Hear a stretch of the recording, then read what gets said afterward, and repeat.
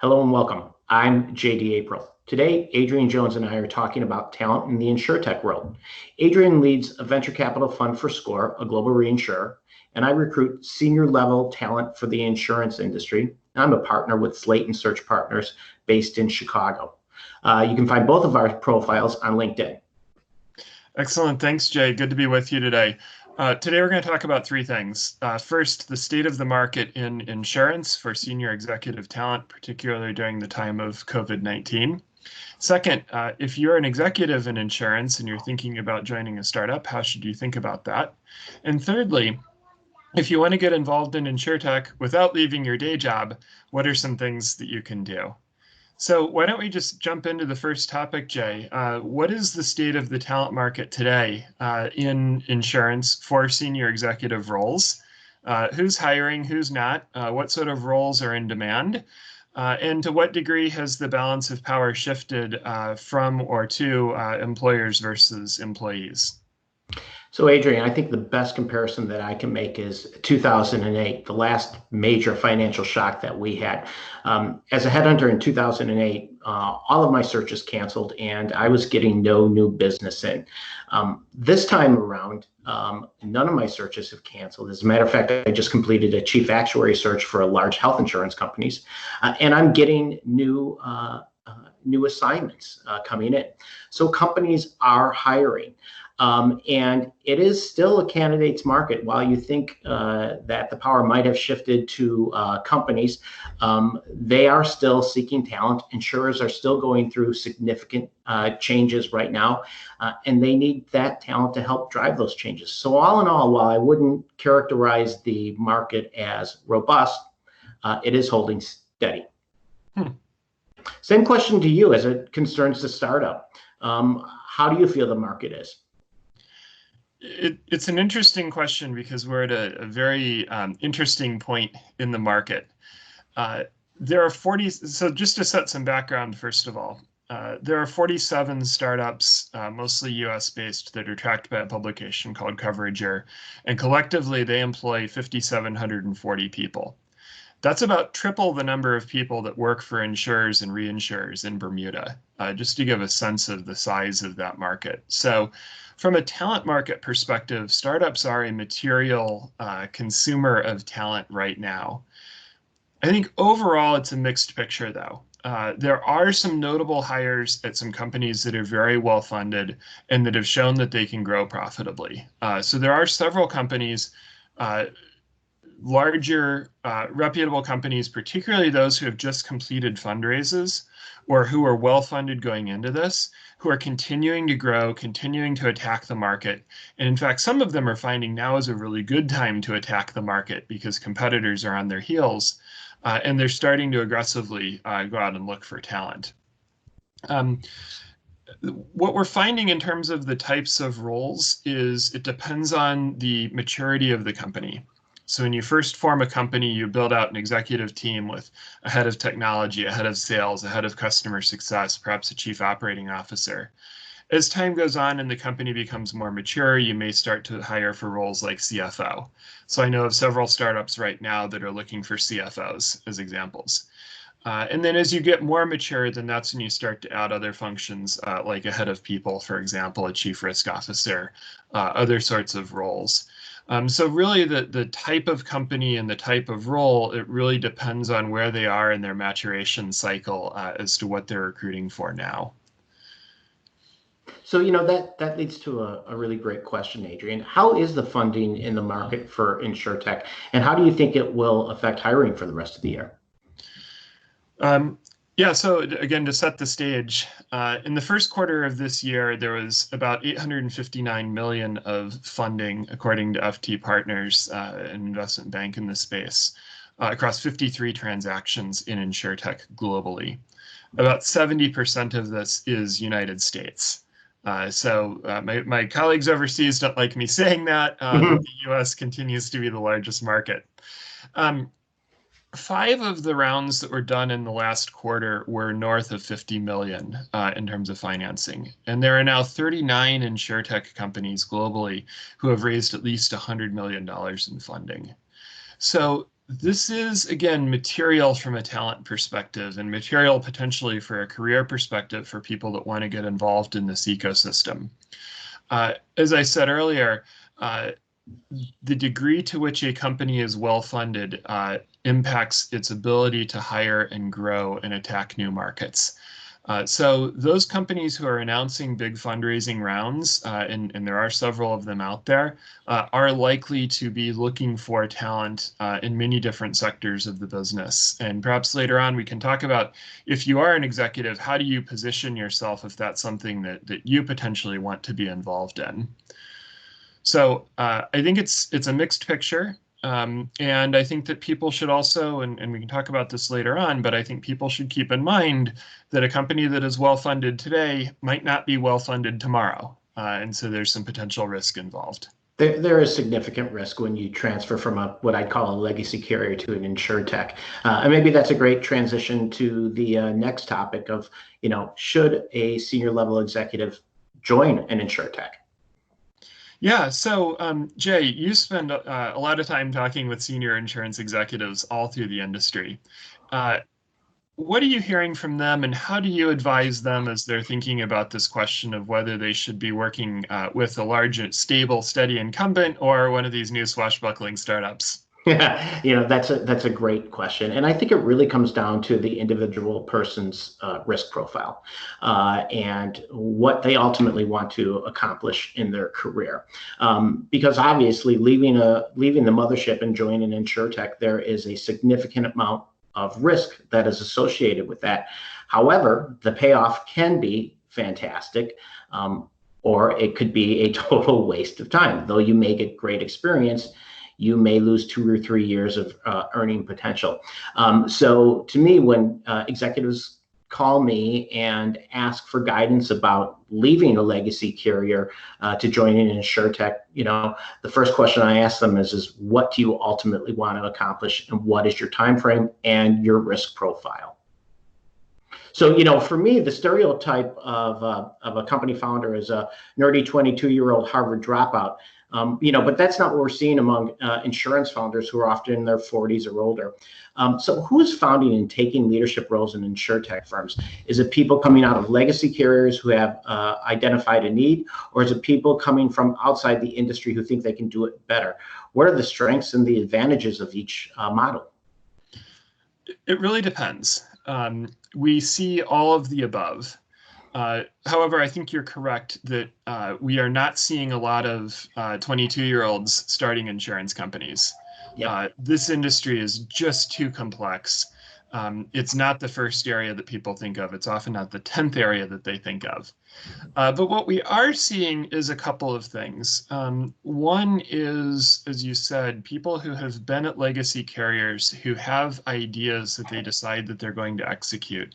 And they get a few people together, and we can talk about what those people might look like, and they go out and execute it. Another thing that we're seeing is people who start a business within a large incumbent who then convince that business to be spun out into its own company. And that can be a very successful model in the insurance business, where it's incubated in the large company, then spun out. The large company still owns a material portion of it, but you bring in other investors as well as other customers. So the typical age profile is indeed probably averages in the 40s, with probably a standard deviation of at least 10 years around that. So it's a pretty wide deviation. But the founding team is what really gets evaluated, not just the individuals. The founding teams that we look for when we're going to invest, with our venture fund, we want somebody that really knows insurance. We want that grizzled veteran who has war stories and scars, and we all know these sort of people in this business because we accumulate them. We also look for someone who perhaps has a technology background that might be coming from outside of insurance. Oftentimes they are, although sometimes this is reversed, but it's more often than not, it's a tech person coming from outside. And we look for this mix and blend of experience such that it all kind of works together. So everybody has to figure out a way when you're forming a founding team for everybody to get along. Yeah. So we like kind of this clash of ideas between here's how it's done in insurance, here's how it's done outside of insurance. What's the right way to do it for this company? That can produce some really good companies. But if you're missing that and it's kind of people who have all the same experience, who don't have that clash of ideas, I think that can be a little bit more difficult to get behind because ultimately you want to change things, right? So why would you, if you don't have the skills and chops to do that, why would you back that sort of company to change things? To expand on it a little bit, it's been really interesting. The last month or so, I've had a number of new, I would call them Series A startups that have a great concept for the insurance industry. Call it leveraging AI to impact the claims function. And these are younger, nerdy Harvard kids that have come out. They've seen a market. They want to attack the market. The challenge that they're facing is that when you sell into a large enterprise, like a large publicly traded insurance company, if you don't have visibility at the C-suite, it's very difficult to introduce a new product or service and get that, have credibility to drive that through the sales process. So we're starting to see executives that are joining in an advisory role to help leverage the relationships that they have. And while they may not be part of the management team, they are taking a role on the board of directors to help steer and guide that company and drive relationships and sales. Are you seeing that? Yeah, and in fact, you don't necessarily need to quit your day job in order to join a startup. So that was one of the topics we wanted to cover today. There are a number of roles which exist outside of the formal role, and this is where it can be very interesting if you are at a large company, you like that, that's your risk profile, you've got a good career there, you want to keep that going, but you're saying, how do I get firsthand knowledge and experience what's going on kind of outside the four walls of my company? And this varies tremendously by company, what they'll actually enable you to do. But we do see a very strong demand from startups for people with that experience and that Rolodex as either members of the board of directors. Most companies, when they reach a certain stage of maturity, will appoint an independent director. Those roles are very different than what you might expect, and we can get into that. But also they'll form advisory boards as well. And sometimes those are paid advisory roles. They'll often pay you in company shares. And sometimes they're just people who kind of enjoy hanging around, who take a role like that. Sure. There's a venture capital funds actually do this quite effectively. When David Stern, the commissioner of the NBA, who we in Chicago all know from his time during the Jordan era, Yep. when The late David Stern, unfortunately, yes. yeah, so when David Stern died recently, he had been an intern at a venture capital fund Yeah. called Greycroft, which is an investor in a number of insurance companies. And that was his title, and he had a business card that said intern. Yeah. And he loved it, and it was an awesome relationship. So there's all sorts of ways of getting involved, even if you don't want to leave your current company. And to that matter, how would you advise a senior level executive that's been with a legacy carrier that is thinking about the Insurtech world, whether it's in a permanent role or an advisory role, to evaluate joining an Insurtech? What are the things that someone like that should look for? Yeah, so let's assume that we're talking about actually joining in a full-time capacity. I think it's what you said earlier. First of all, you have to know your risk preference. If you've got several kids in private school and you enjoy and your family enjoys having a nice steady paycheck, going to a startup is not for you. The compensation will be lower. In fact, possibly materially lower. The way that startup founders tend to think about paying themselves and paying their executive teams is how much does it cost to live somewhat modestly in whatever location you are? That's what you get paid. Mm-hmm. The payoff comes because you get paid a significant amount of company shares, which could be worth zero, or they could be worth something quite substantial. So it's really that equity component that is potentially of value. And that's where you really need to understand the value of that equity. And that's where perhaps having a few friends in the venture capital world can be useful, because you have to understand what's the value of it today, what's the value of it when that company exits or gets sold, and how much dilution are you going to suffer in the meantime. Mm-hmm. That's the financial considerations. I think there's also a whole other set of considerations. People in large companies complain about slow decision-making processes and things like this. Well, are you able to survive in a company that has no decision-making process? Right. It has no support function, such that you're doing everything yourself, where the impact of your decisions becomes very real and very apparent very quickly. And where oftentimes you're only a few months away from going out of business. You may find that you're jumping from the frying pan to the fire. And I think that's what people need to think really hard and carefully about. I'll give you an example of this, some statistics. There was a recent report that came out where somebody looked at the turnover of the first 50 hires of certain Insurtech companies. And there was one that was founded in the early part of the last decade. 88% of the top 50 people have turned over. Mm-hmm. That's actually not unusual. Mm-hmm. Longevity in startups is shorter than longevity in big legacy companies. So you also need to think about that. This might not be a permanent gig. This might only be for a couple of years. What are you going to do next? And actually, Jay, this leads me to a question I wanted to ask you. Say that somebody does get startup experience either kind of in the evenings and weekends, or they jump in with both feet and it doesn't work out and they decide that they want to come back to a large company. Large companies talk a lot about, we want to be more nimble, we want to think and act like startups. How do they look at a resume like that, though, where the person actually does have real in the trenches startup experience? How do they think about that? So listen, I think times have changed. No longer are people staying with companies for 30 years and getting the gold watch at the end of their tenure. Companies expect people to go out and try new things and experiment. The challenge I see being a headhunter in the insurance world is that I run across people that are lifers. Quite honestly, and anytime I present someone to a client that may have 20 years with one company, the first question is, what else have they seen? What else can they bring to the table that we can't find from other people that may have seen and have different experience with different companies? So I don't think there's any negative connotation associated with being taking a chance and going to a startup company.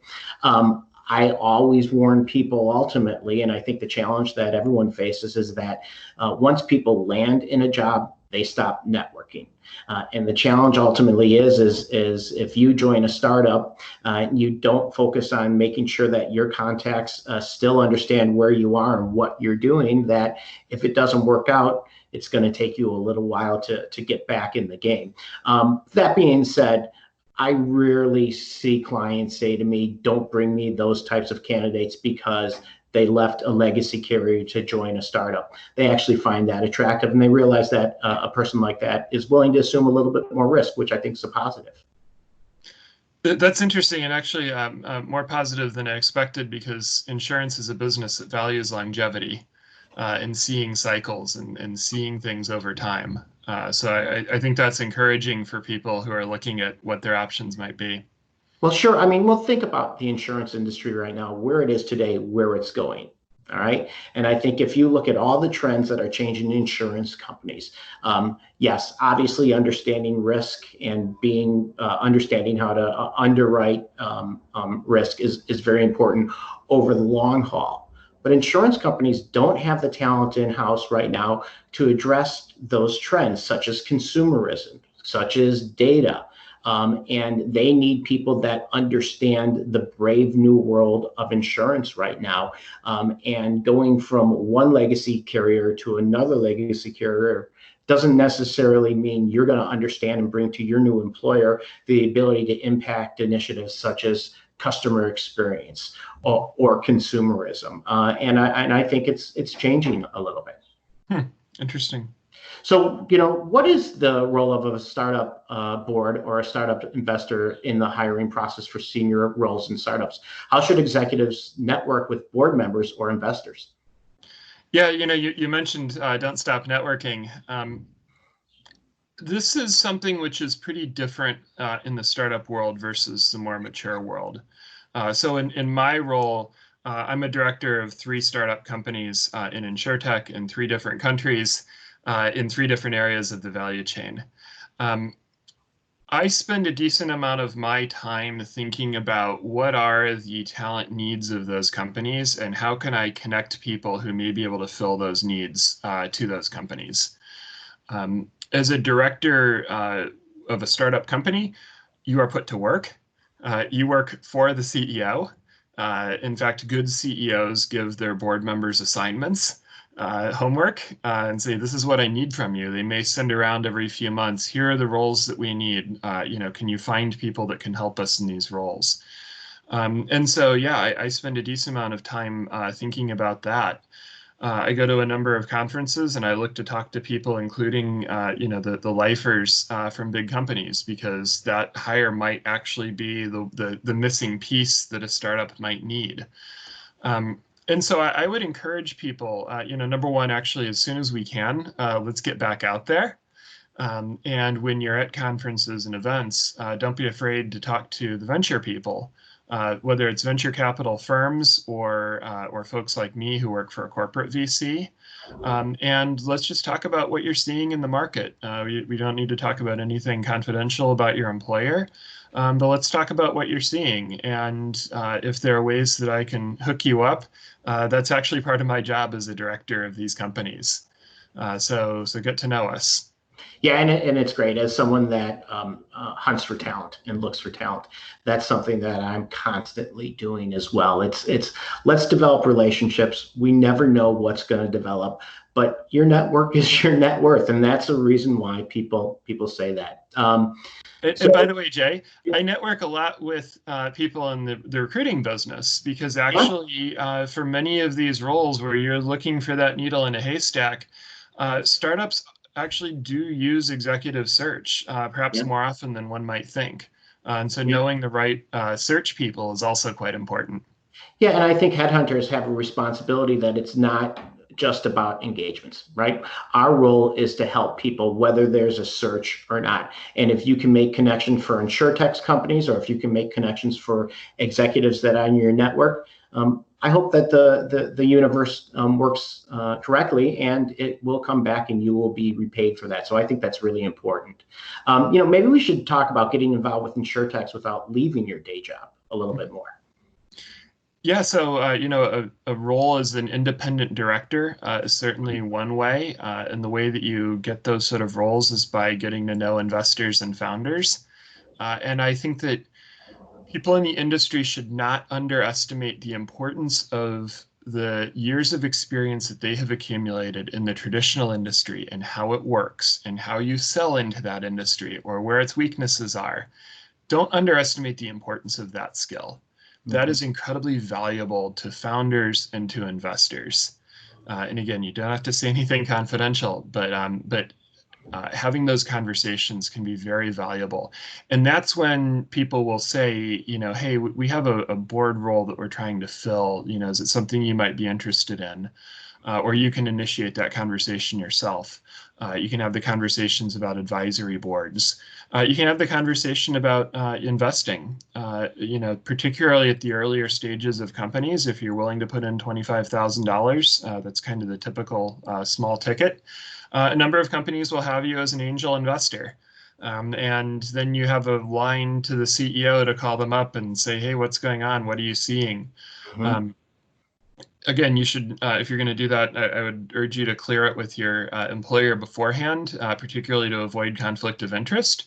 But there are a number of people who have become active writing these sort of small checks into Insurtech companies from their position in large incumbents.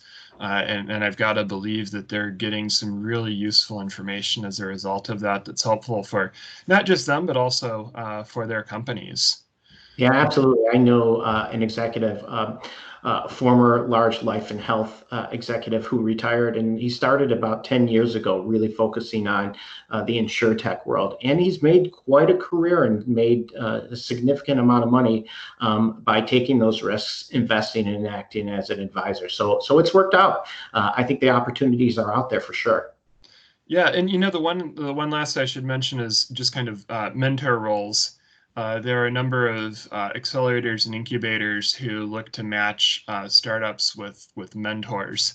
So that's another way to do it, which is relatively, it's not a huge time commitment. It's not a huge monetary commitment. That's potentially one way of getting started.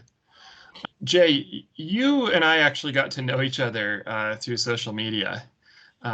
How do you suggest that executives think about using social media? It can be very challenging when you're working for a large company that wants to very tightly control the way that it is presented in the world. But how should executives get involved in social media in order to get to know Insurtech as well as to make themselves visible in that world? Yeah, so I think that people don't understand the power of professional social media. I always tell people is that if they're not visible, they're invisible. And for years, we've heard about creating a personal brand, and it's always been, what does that mean? How many speeches are you actually going to give? How many times are you going to be able to write an article that moves the needle on your own personal brand?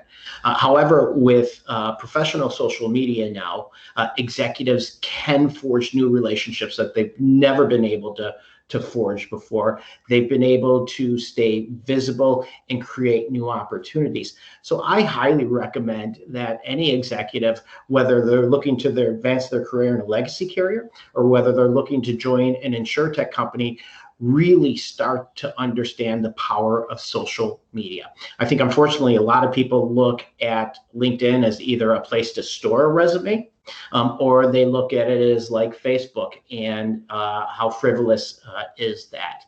And I think once people step back, dip their toes in it a little bit, understand how they can create new relationships, become visible, then they really start to understand the power of social media and can use that to create a pretty robust network and bring along new opportunities for them.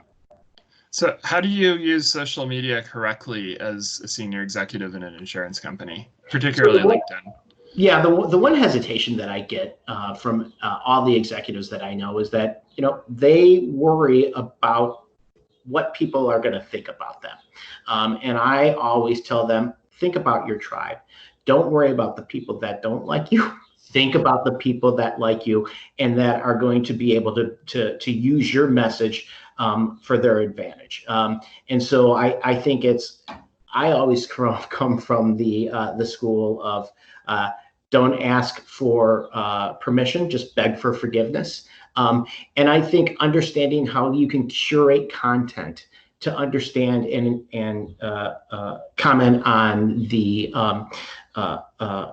trends that are going on in the insurance industry. I think you have to dip your toe into it a little bit and try and comment on people's posts and become part of the conversation.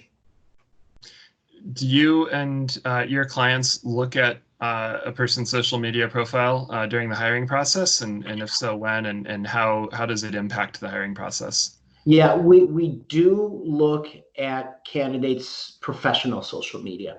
I feel uncomfortable looking at personal social media. I think executives are allowed to have a personal life outside of the office. Now, obviously, you don't want to show your last trip to Las Vegas and being out there being crazy, but you don't necessarily have to go and look at someone's profile like that. Now, what I am starting to look at senior level executives is, do they really understand some of the new trends that are going on? Because digital natives have embraced this platform. And do you understand that platform? I think one of the things that is going on right now, and we're seeing it with COVID, is that in distribution. Okay, agents can't go out right now and sell policies across a kitchen table anymore. We don't know how long that's ultimately going to last. So if you're leading distribution for a large insurance carrier, how are you going to coach your field folks and how are you going to support the agents in the field to sell differently than they ever have before? And that really comes down to right now, understanding digital, being where your customers are, and being able to sell to them where and when they want. I just went through the process of looking at a very large whole life policy for my family. And it was a painful process because it was a pitch book that was this thick. And every time I asked my agent about a question, he would have to go back and print up a whole new pitch book to me, and it was a waste of a lot of paper. I think there is a significant amount of opportunity to improve digital, and I think senior level executives really should dive in now and understand new platforms and new ways of communicating with potential customers. Feels like we could do a whole webinar on that. We could. Yeah, it's really interesting. It's a passion of mine. Excellent. Well, should we wrap it up, Jay? I think so. I think this is a great conversation, Adrian. I appreciate the time. I know you're doing great stuff out there in the Insurtech world, and I enjoy seeing your active posts on LinkedIn, and I'm sure we'll stay connected. Same to you, Jay.